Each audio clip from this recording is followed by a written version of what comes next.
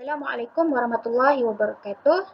Hari ini kita nak belajar buat latihan at-tadribat. Tahun 5 hari ini kita nak belajar buat latihan at-tadribat ajib anil as'ilah. Latihan menjawab soalan. Baiklah, jadi sebelum kita pergi kepada latihan tu, Ustazah nak awak buka buku teks dan lihat muka surat samaniyatun wa thalathun. Muka surat 38. Okey, jadi dalam muka surat 38 tu, kita akan nampak ada petikan. Betul tak? Ada petikan.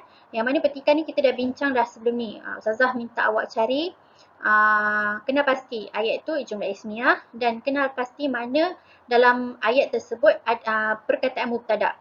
Betul? Jadi kita dah buat dah latihan itu. Untuk hari ni kita nak tengok soalan. Kalau ada soalan daripada petikan, macam mana kita nak jawab? Okey, jadi muka surat 38 tu, kita tengok berdasarkan muka surat 38 tu, kita boleh tengoklah dia mengenai Uthman. Petikan tu mengenai Uthman. Jadi hari tu pun Ustazah dah bagi maksud bagi setiap ayat dalam petikan tu.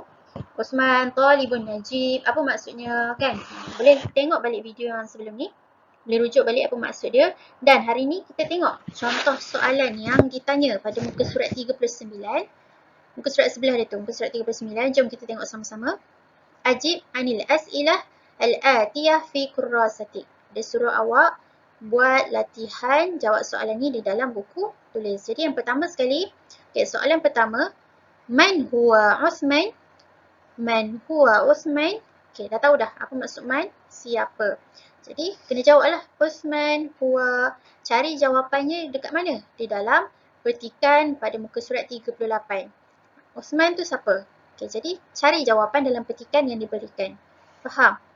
Soalan yang kedua, aina ya'malu abuhu? Okay, dalam soalan yang kedua ni, kita ada nampak perkataan aina. Kalau aina maksudnya di mana, betul tak? Jadi di mana ni merujuk kepada tempat. Bila soalan dia tanya berkenaan tempat, dalam jawapan awak kena ambil balik kata kunci dia. Ambil daripada ya'malu ni. Ya'malu abuhu tambah perkataan fi. Fi maksudnya di. Jadi kalau soalan tu ditanya berkenaan tempat, mesti ada jawapan. Dalam jawapan mesti ada perkataan fi, di. Contoh awak sekolah di mana? Di Manjung. Macam tu lah. Okay. Jadi untuk soalan nombor 2 ni pun cari di dalam petikan. Dekat mana ayat Uthman ni kerja?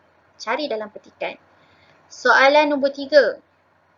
Aina ta'malu ummuhu? Okey, soalan nombor 2 dia tanya ayah dia. Soalan ketiga dia tanya tentang ibu dia pula.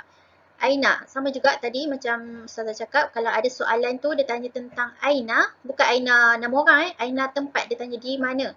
Mesti dalam jawapan ada perkataan fi.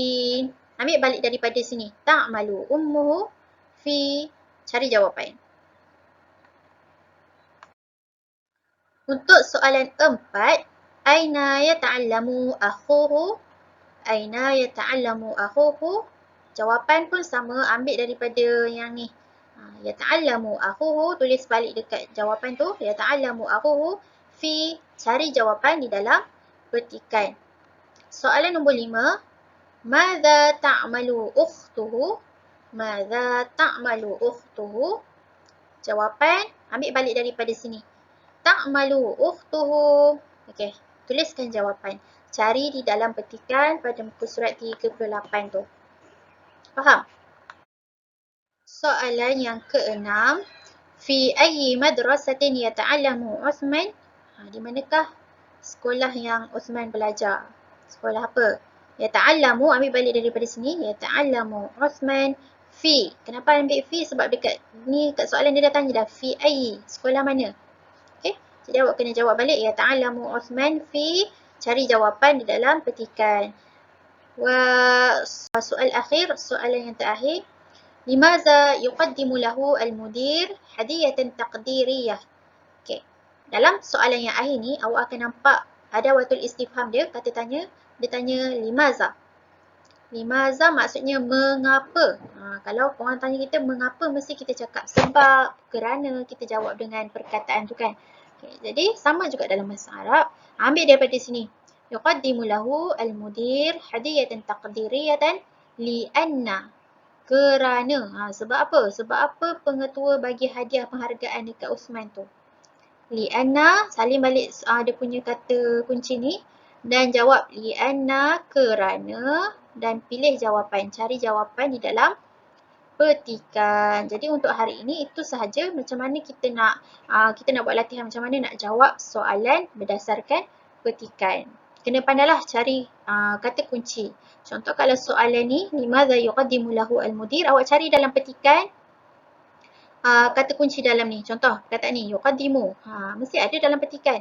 Biasanya soalan daripada soalan 1 sampai soalan 7, kedudukan jawapan di dalam petikan ikut urutan. Kalau soalan 1 mesti dekat bahagian atas dalam petikan tu. Mesti dekat bahagian-bahagian atas jawapan dia.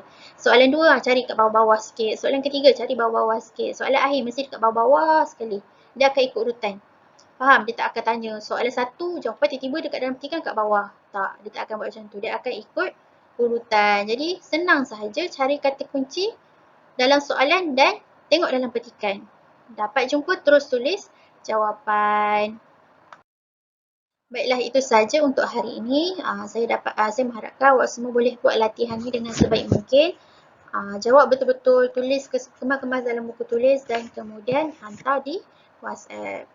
Syukran jazilan. Assalamualaikum warahmatullahi wabarakatuh.